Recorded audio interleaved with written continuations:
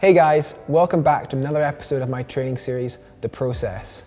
Today, I want to talk to you about a technique that I rely on, the art of resting. It sounds ridiculous, but resting in my opinion is the biggest trick that most climbers miss out on. Well, some climbers are good in overhangs, others in slabs. Some are really fit, others are really strong. My trick, I'm really good at resting. Now, I'm going to give you 5 of my ultimate resting tips. These are by no means to be scoffed at. Take them and use them, you won't be sorry. I'm not talking about resting between climbs. What I mean is when you're on a climb, how do you recover enough so that you can bash out another 10 hard moves to clip the chain? In order to rest, you must first find them. Easier said than done, but when I approach a climb, I like to think that every section has a potential rest. We just need to find it. Firstly, look for key features on the wall that are obvious rests. That is big jugs, cracks, flakes and ledges. If you're working the route, spend as much time as you can testing out different resting positions on the wall. Remember that climbing is about efficiency, and the more rest you find, the easier the climb will become. Don't make it harder than it needs to be. Find those rests.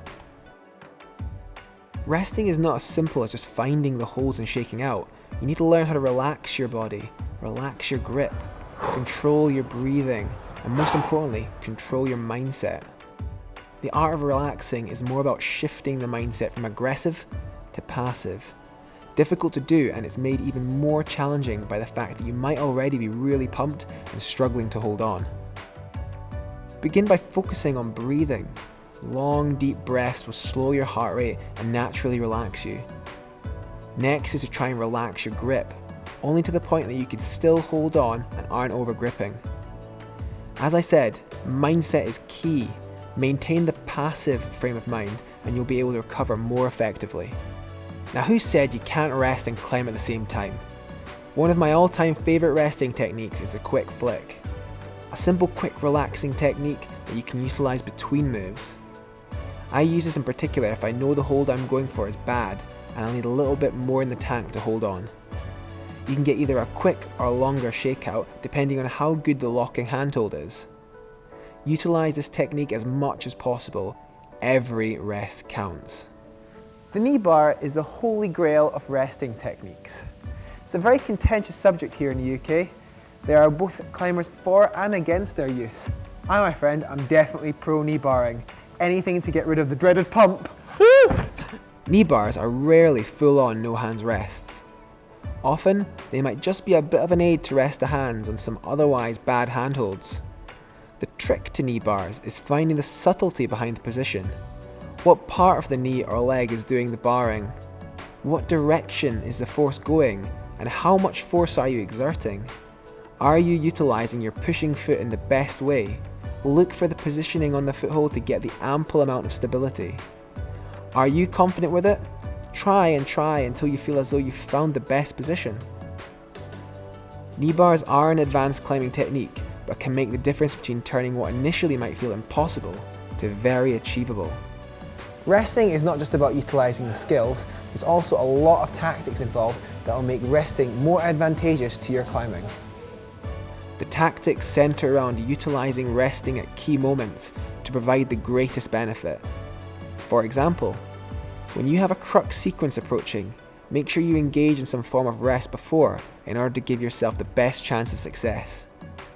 If there is a difficult move coming up, make sure to rest the hand that is most important for that move.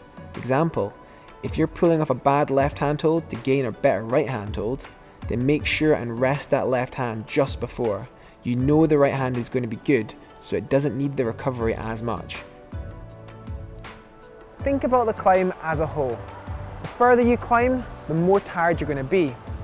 If 0% is the bottom of the wall when you're fully recovered, 100% is the point at which you're going to fall off. You need to try and think about how much energy you use per move and try and be as efficient as possible in order to get to the top.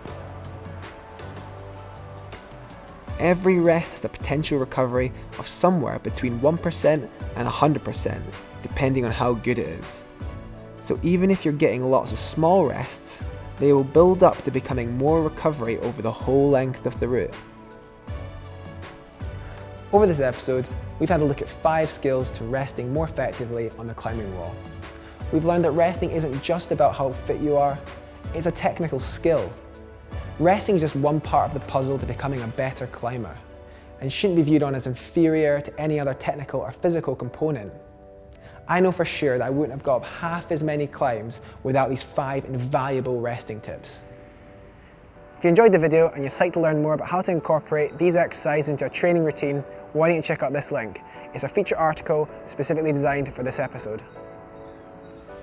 To follow me and my adventures, check out my blog at www.robbiephillips.co.uk and check out Instagram, Twitter and my Facebook profile.